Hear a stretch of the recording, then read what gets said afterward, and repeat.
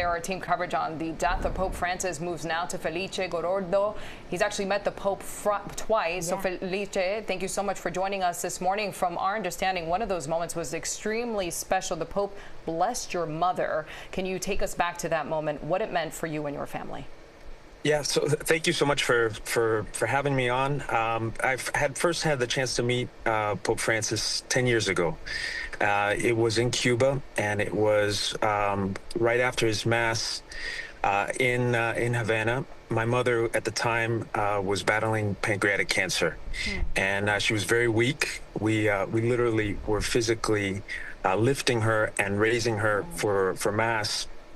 And at the very end of the Mass, she was very tired, but we saw him as he was going into his trailer, and I was able to gesture to one of the cardinals that it would mean the world to her if he would just take a few moments to bless her. And being one of the most compassionate and caring individuals I've ever been privileged to be able to meet, he of course took the opportunity to greet her and to exchange some words, and then eventually also bless her.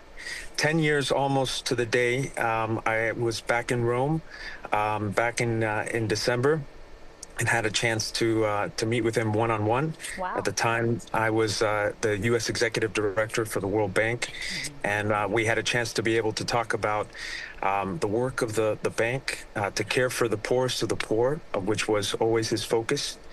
One of the most incredible human beings that we have ever been blessed to touch this earth, and truly a beacon of hope. He was not just a pope for the Catholics.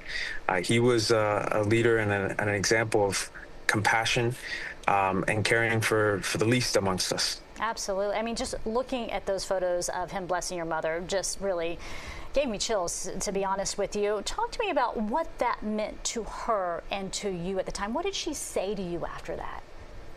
So she literally said that she felt like she had been healed. Wow. And what I think we all hoped was that she had been physically healed. But what I think it really meant was that her soul had been healed.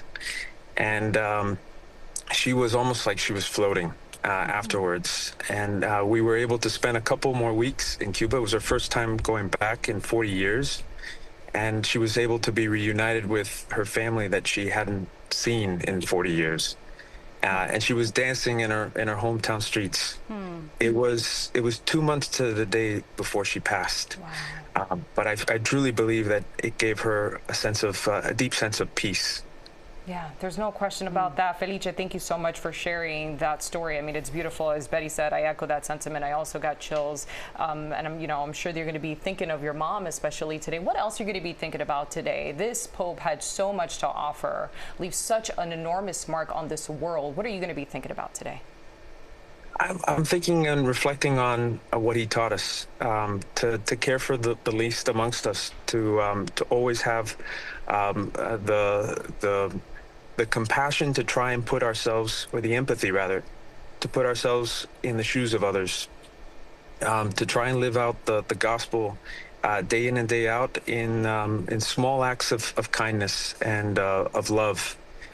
He will be sorely missed, but there's no doubt in my mind he's reunited with our Creator, and he will continue to care for all of us from above. Yes, thank you for sharing your personal experience with this Pope, not once but twice, and that in itself is a blessing. We appreciate that insight as we reflect on his legacy today. Thank you.